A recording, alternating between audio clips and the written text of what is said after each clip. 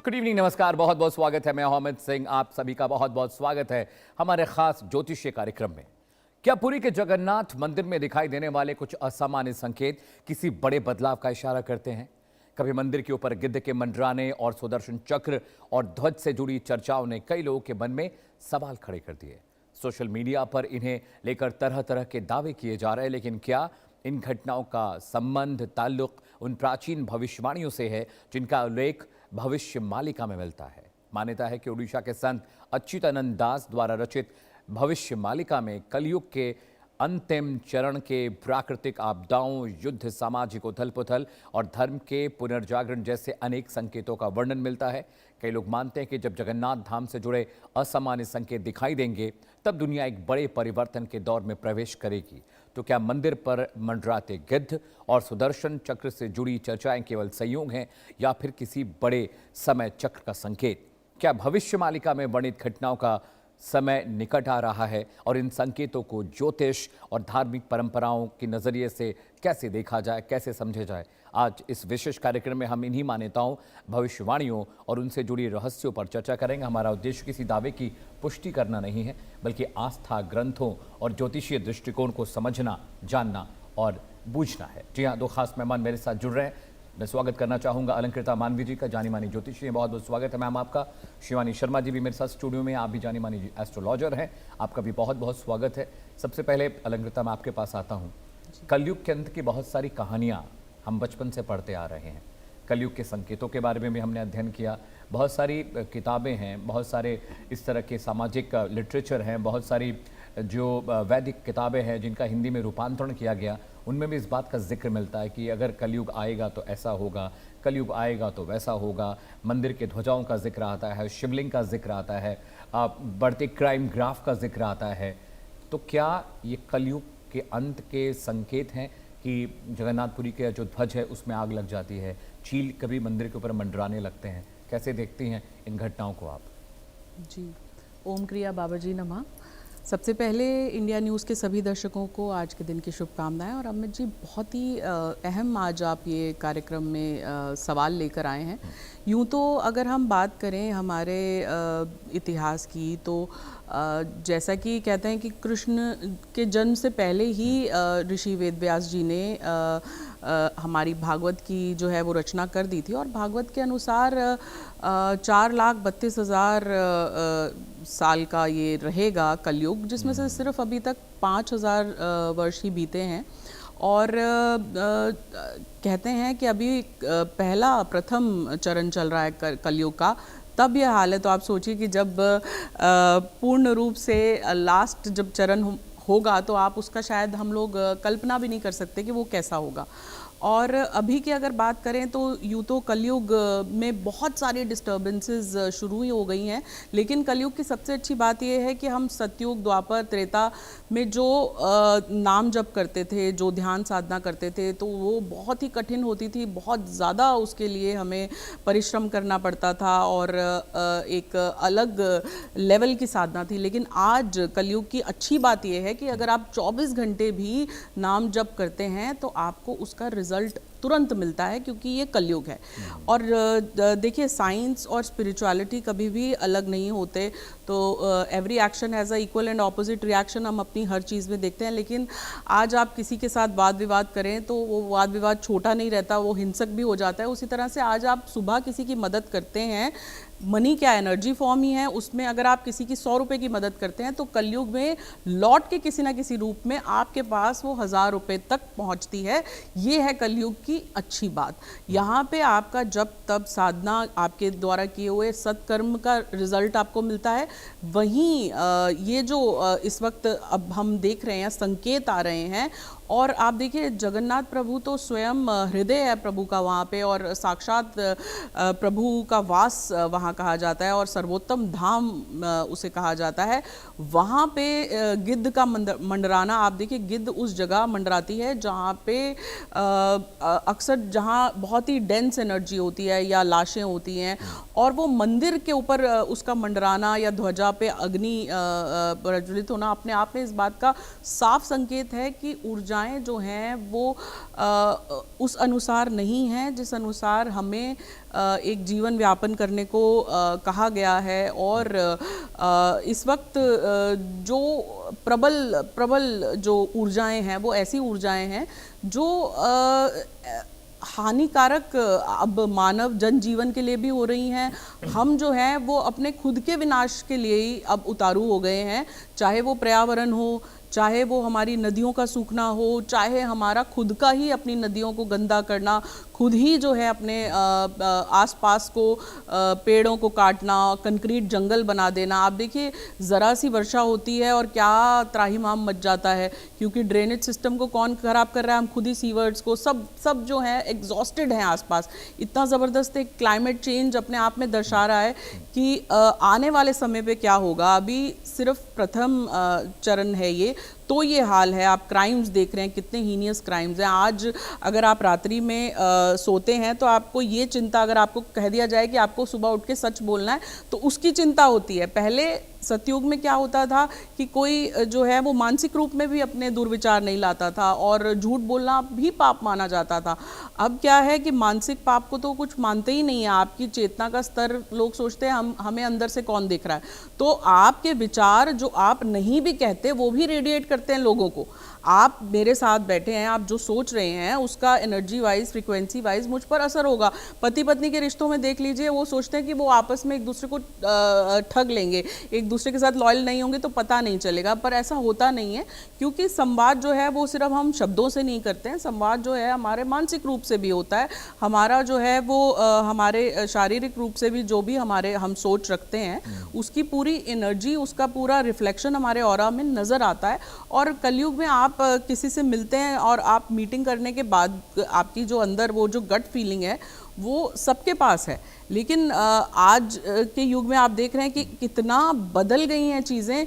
रिश्तों में कहीं एक दूसरे के लिए आत्मीयता नहीं रही है। भाई भाई के इतने केसेस हो रहे हैं, प्रॉपर्टी के विवाद हो रहे हैं। माता पिता जो हैं वो आज कलयुग में ये सोच रहे हैं कि सब कुछ देने के बाद भी आज वो अकेला महसूस कर रहे हैं। बल्कि हर इंसान जो है वो प्रेम के अभाव से मर रहा है। बीमारियों का तो फिर भी उपचार है क्योंकि कलयुग है, हर चीज़ का साइंस ने एक तोड़ आपको दे दिया है। लेकिन जो प्रेम का अभाव, अकेलापन और जो डिप्रेशन ग्रस्त आज का इंसान है, वो इस बात का सबसे बड़ा संकेत है कि अब परचम जो है वो लहरा रहा है। और अपने आप में ये साइंस आ गए हैं कि अभी भी हम संभले नहीं। और अगर हमने जो है अपनी सेल्फिश जो इंसान अब होता जा रहा है बहुत सारी चीज़ों को लेके, अपने एनवायरनमेंट को लेके भी, तो आने वाला समय जो है वो बहुत ही कठिन होने वाला है सबके लिए। अब शिवानी जी, अब दर्शकों को ये बात तो क्लियर होगी कि अभी जो कलयुग है वो 4.5 लाख साल से ज़्यादा का है, तो 5,000 ही भी बीता, अभी बहुत बाकी है, बहुत, यानी कल्पना से भी ज़्यादा अभी वक्त बाकी है।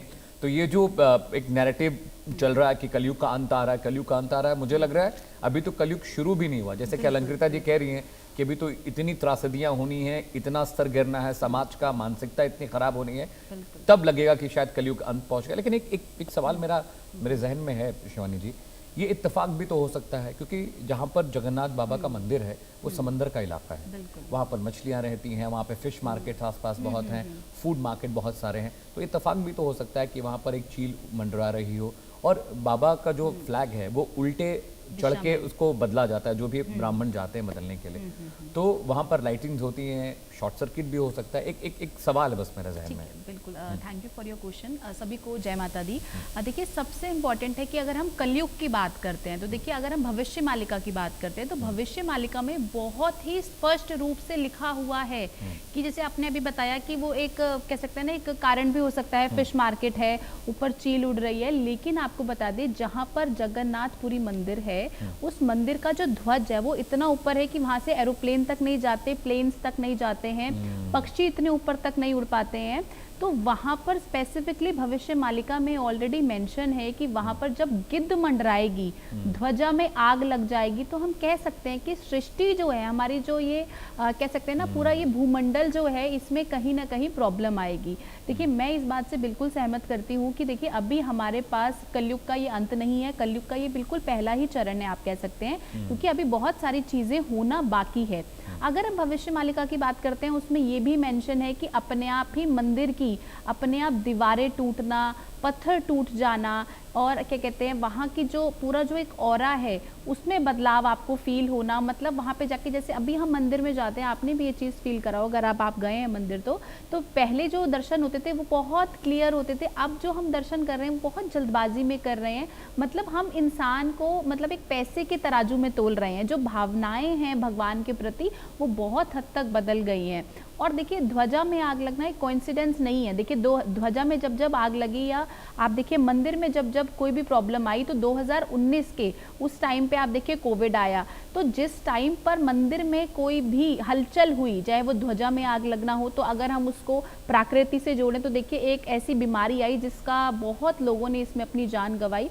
तो हम एक ये सिम्टम ही तो समझ सकते हैं क्या है। जब ऊपर देखिए आकाश में इतने ऊपर तक किसी पक्षी का उड़ पाना, वहाँ पे जाके बैठ जाना या उसमें आग लग जाना, तो ये संकेत प्रकृति हमें देती है कि अब आपको थोड़ा सा संभलने की ज़रूरत है। अगर अभी भी आप नहीं संभले तो विनाश होना तो तय है डेफिनेटली। और देखिए हमारी जो प्रकृति है हमें बहुत अच्छे संदेश देती है, हम उस संदेशों को डिकोड नहीं कर पाते, हम चीज़ों को समझ नहीं पाते कि क्या होने वाला है। तो प्रकृति हमें चेताती है कि अब आप जागो, अब आप उठो, ये सही समय है कि अगर आप कुछ गलत कर रहे हो, आप प्रकृति के साथ छेड़छाड़ कर रहे हैं, अगर हम बहुत ज़्यादा हिंसा बढ़ती जा रही है आई एम सो सॉरी, अगर हिंसा बहुत बढ़ती जा रही है, आपको ऐसा लग रहा है कि लड़ाई झगड़े बहुत ज़्यादा बढ़ते जा रहे हैं, और देखिए अभी इस टाइम पे जो वॉर की जो सिचुएशन भी चल रही है, आप देखिए इसमें कितना जन हानि हो रही है, तो कितनी सारी चीज़ें हैं जो प्रकृति ने हमें ब्लेस्ड करी हैं, हम उन सभी चीज़ों से छेड़छाड़ करेंगे तो डेफिनेटली आप कह सकते हैं कि चीज़ों में उथल पुथल होगी। लेकिन हाँ, अगर हम बोले कि कलयुग का अंत है तो डेफिनेटली आपको घबराने की ज़रूरत नहीं है, क्योंकि अभी तो सिर्फ हम 5032 के आसपास ही पहुँचे, अभी बहुत टाइम है अभी कलयुग का अंत आने में, और अभी कल की भगवान के अवतार होने में भी तो बहुत समय है। लेकिन जो कलयुग की सबसे इम्पॉर्टेंट बात बताई गई है, वो कलयुग में सबसे इम्पॉर्टेंट है नाम आधारा। जैसा अभी मेरी पैनलिस्ट ने भी बताया कि सबसे इम्पॉर्टेंट है नाम जप।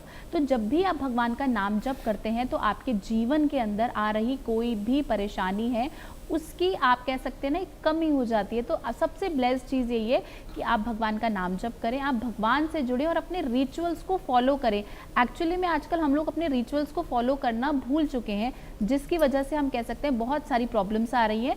साथ ही अगर मैं मंदिर की बात करती हूँ तो मंदिर में देखिए जो वृक्ष था वो वृक्ष भी आप देखेंगे 2019 के आसपास हिला, तो जिसकी वजह से आप देखिए बहुत ज़्यादा चीज़ों में उथल पुथल हुई। 2020 के आसपास बहुत सारी चीज़ों में उथल पुथल हुई। तो ये सभी प्राकृतिक संदेश हैं जो हमें बताते हैं कि हमें सावधान रहने की ज़रूरत है।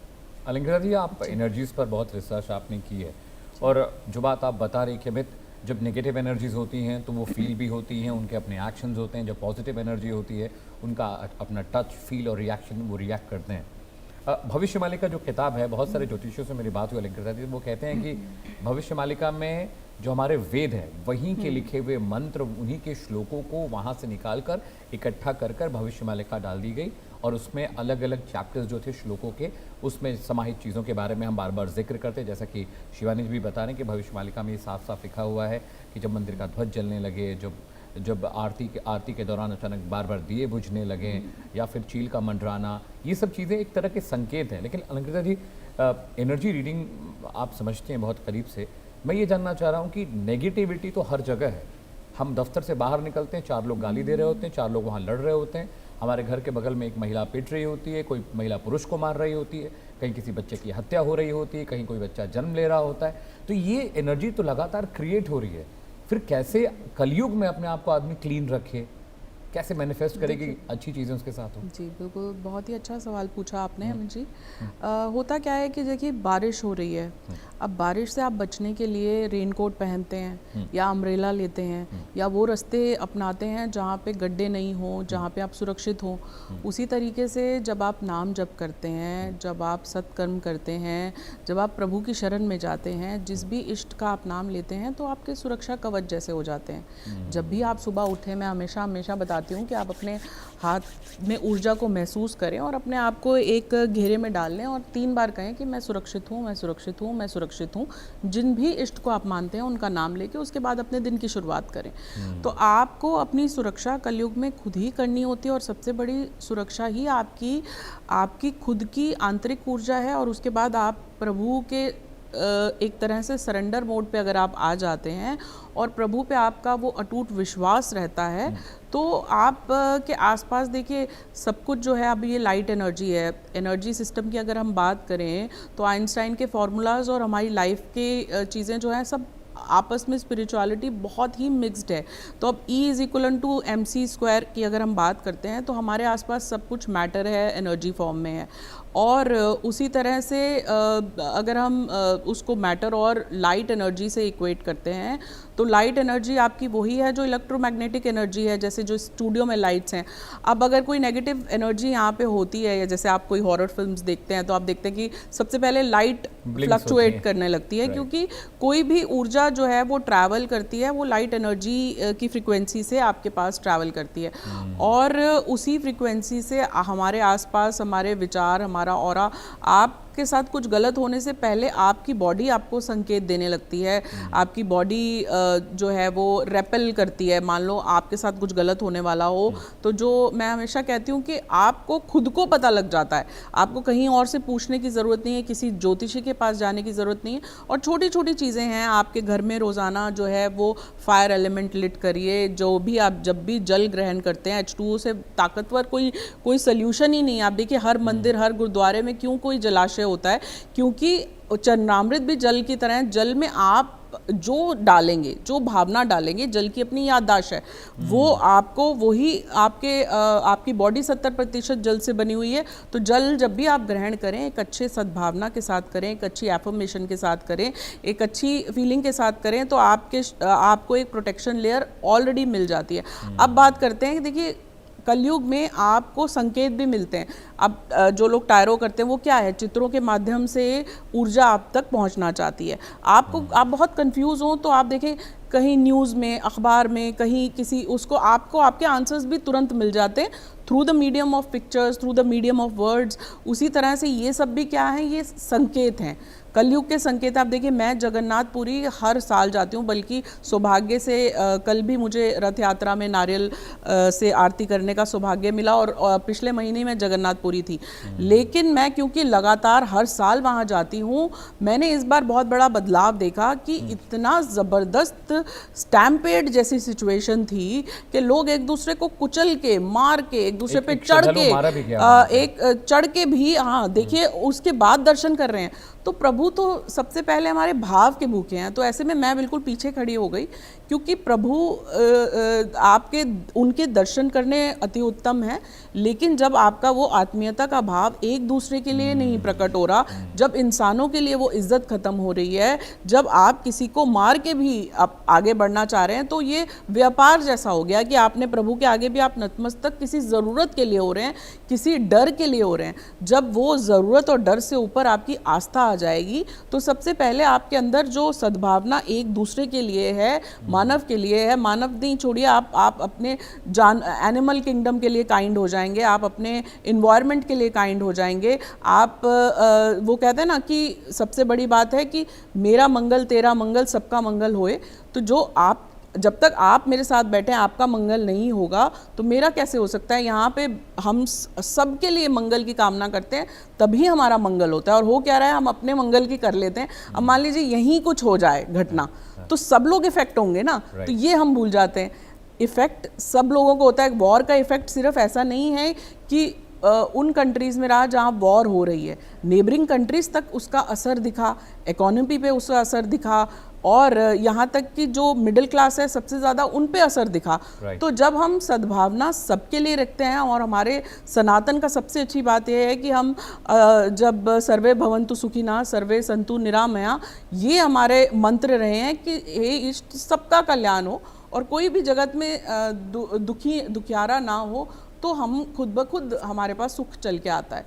तो सद्भावना होनी बहुत ज़रूरी है। जी शिवानी जी, भविष्य मालिका का जिक्र हम कर रहे हैं, मैं आपसे समझना चाह रहा हूँ, क्या भविष्य मालिका में सिर्फ नेगेटिव एस्पेक्ट्स के बारे में जानकारी है या कुछ पॉजिटिविटी भी है पूजा पाठ को लेकर, या जो हमारी सनातन प्रक्रिया है उसको लेकर भी इसमें बातचीत है, या सिर्फ नेगेटिव बातें हैं कि कलयुग में क्या होगा, क्या नुकसान होगा, क्या टूटेगा, क्या फूटेगा, क्या बर्बाद होगा, यही है क्या उसमें? देखिए, सबसे पहले जब आप भविष्य मालिका को पढ़ते हैं तो आप ये समझेंगे कि उसके जो जो अध्याय हैं, अगर उसमें आपको चेतना जगाई गई है, एक मनुष्य के अंदर चेतना आनी चाहिए, जैसा हमारी भागवत पुराण में भी ऐसा स्कंद 12 में भी बताया गया है कि आपके जीवन में अगर आप अपने एथिक्स के साथ चलते हैं, आप चीज़ों को गलत नहीं करते, आपके जीवन के जो जो प्रयास हैं अगर आप उनको सही तरीके से करते हैं, छल कपट नहीं करते हैं, किसी के साथ गलत नहीं करते, तो डेफिनेटली अपनी लाइफ की गोल्स को अचीव करते हैं। अगर अब मैं बात करती हूँ भविष्य मालिका की, तो भविष्य मालिका में भी हमें बार बार डरा के समझाया गया है कि चीज़ों में गलत होगा अगर हम बार बार प्रकृति के साथ छेड़छाड़ करेंगे, बार बार वायरस से रिलेटेड प्रॉब्लम्स आएंगी, बार बार आप कह सकते हैं कि खूनी वर्षा होगी, ये सभी चीज़ें जो हैं ये भविष्य मालिका में मेंशन है। लेकिन अगर हम पॉजिटिव चीज़ों की बात करें तो उपाय भी बहुत अच्छे अच्छे मेंशन है कि जैसे कि आपको अपने जीवन के अंदर सत्य बोलना है, आपको किसी के साथ गलत नहीं करना, आपको त्रिकाल संध्या करनी है, ऐसा भविष्य मालिका में मेंशन है कि आप त्रिकाल संध्या आजकल हम लोग करना ही भूल गए हैं, क्योंकि आजकल हमें क्योंकि एक्चुअली हम सभी इतना बिजी रहते हैं आजकल कि हमें समय नहीं मिल पाता कि हम 3 टाइम की पूजा कर सकें। लेकिन आपको अगर लगता है कि आप नहीं कर सकते तो जहाँ पर भी हैं, आप जिस भी स्थान पर हैं, आप कोशिश करें कि आप भगवान का नाम लें, उस टाइम पे आप लड़ाई झगड़ा ना करें, किसी के साथ उलझे नहीं, क्योंकि आज के टाइम पे हम देखिए हम ट्रैफिक में भी होते हैं, थोड़ा सा भी ट्रैफिक होता है कि सबको गाड़ी निकालने की जल्दी है, हम कुछ भी वर्ड्स बोलते हैं, मतलब हम सोचते भी नहीं है हम क्या बोल रहे हैं, सामने मेल है, फीमेल है, बच्चा है, बुजुर्ग है, किसी को किसी से कोई फर्क नहीं पड़ता। तो बहुत सारी ऐसी चीज़ें हैं जो हम बहुत हद तक गलत कर रहे हैं। अगर मैं सेकंड उपाय की बात करती हूँ जो भविष्य मालिका में लिखा हुआ है, तो वो सबसे सेकंड उपाय कह सकते हैं कि नाम जप, जितना आप भगवान का नाम जप करेंगे उतनी आपकी चीज़ें जो हैं उनकी काट होगी। थर्ड आप क्या कर सकते हैं, आप जितने भी हमारे पुराण हैं उनको पढ़ना आप चालू करें, क्योंकि आजकल का जो यूथ है ना वो बहुत हद तक इन सभी चीज़ों से छूटता जा रहा है। तो आप कह सकते हैं कि बहुत सारे जब हम पुराण पढ़ते हैं तो हमें समझ में आता है, चाहे वो आप भागवत पुराण पढ़ें, शिव पुराण पढ़ें, देवी भागवत पुराण पढ़ें, जो भी आपको अच्छा लगता है, स्कंद पुराण पढ़ें, जो भी आप पढ़ेंगे तो डेफिनेटली आपकी लाइफ के अंदर चेंज आएगा। बहुत शुक्रिया अलंकृता जी, आपका भी, शिवानी आपका भी बहुत बहुत शुक्रिया। दर्शकों, हमारे खास कार्यक्रम में अभी के लिए फिलहाल इतना ही, लेकिन इससे पहले कि हम कार्यक्रम को ख़त्म करें, एक बड़ी खबर आ रही है वाराणसी से, जहां पर एक एसआई ने दलित महिला को पीटने की बात कही थी। इस खबर पर लगातार हम आपको अपडेट देते रहेंगे। वक्त एक ब्रेक का है, जल्द लौट रहे हैं।